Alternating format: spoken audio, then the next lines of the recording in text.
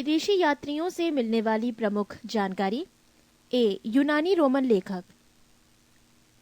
एक, टेसियस। ये ईरान का राजवैद्य था। भारत के संबंध में इसका विवरण आश्चर्यजनक कहानियों से परिपूर्ण होने के कारण अविश्वसनीय है।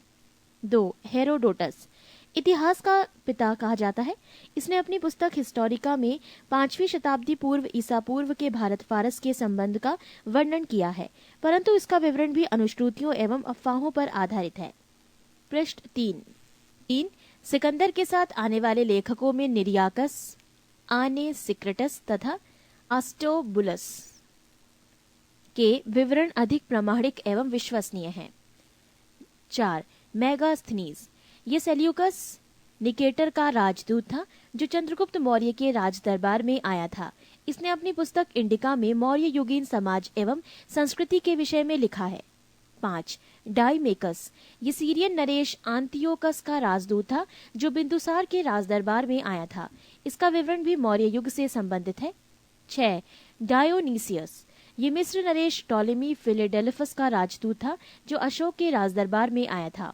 7, टॉलेमी। इसने 2री शताब्दी में भारत का भूगोल नामक पुस्तक लिखी। 7, प्लिनी। इसने 1म शताब्दी में नेचुरल हिस्ट्री नामक पुस्तक लिखी। इसमें भारतीय पशुओं, पेड़ पौधों, खनिज पदार्थों आदि के बारे में विवरण मिलता है। 9, पेरिप्लस ऑफ द इरिथ्रियन सी। इस पुस्तक के लेखक के बारे में जानकारी नहीं है। ये लेखक करीब 80 ईस्वी में हिंद महासागर की यात्रा पर आया था। इसने उस समय के भारत के बंदरगाहों तथा व्यापारिक वस्तुओं के बारे में जानकारी दी है। बी, चीनी लेखक।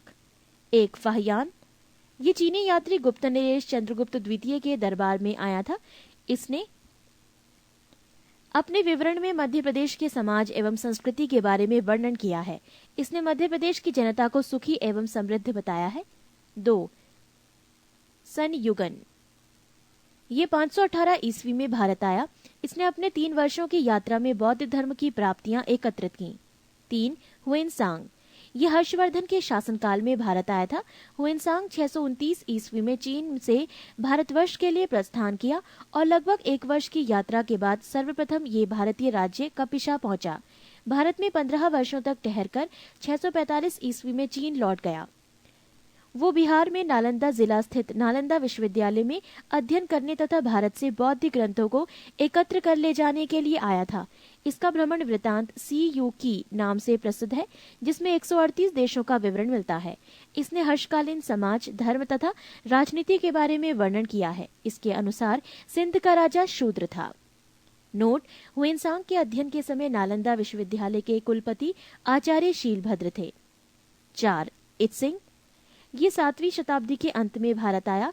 इसने अपने विवरण में नालंदा विश्वविद्यालय, विक्रमशिला विश्वविद्यालय तथा अपने समय के भारत का वर्णन किया है। सी, अरबी लेखक। 1, अलबरूनी। ये महमूद गजनवी के साथ भारत आया था।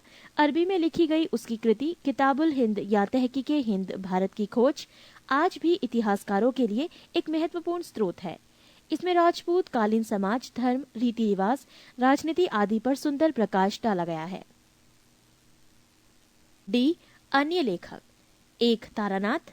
ये एक तिब्बती लेखक था। इसने कंग्यूर तथा तंग्यूर नामक ग्रंथ की रचना की। इनसे भारतीय इतिहास के बारे में जानकारी मिलती है। 2, मार्को पोलो। ये 13वीं शताब्दी के अंत में पांड्य देश की यात्रा पर आया था। इसका विवरण पांड्य इतिहास के अध्ययन के लिए उपयोगी है।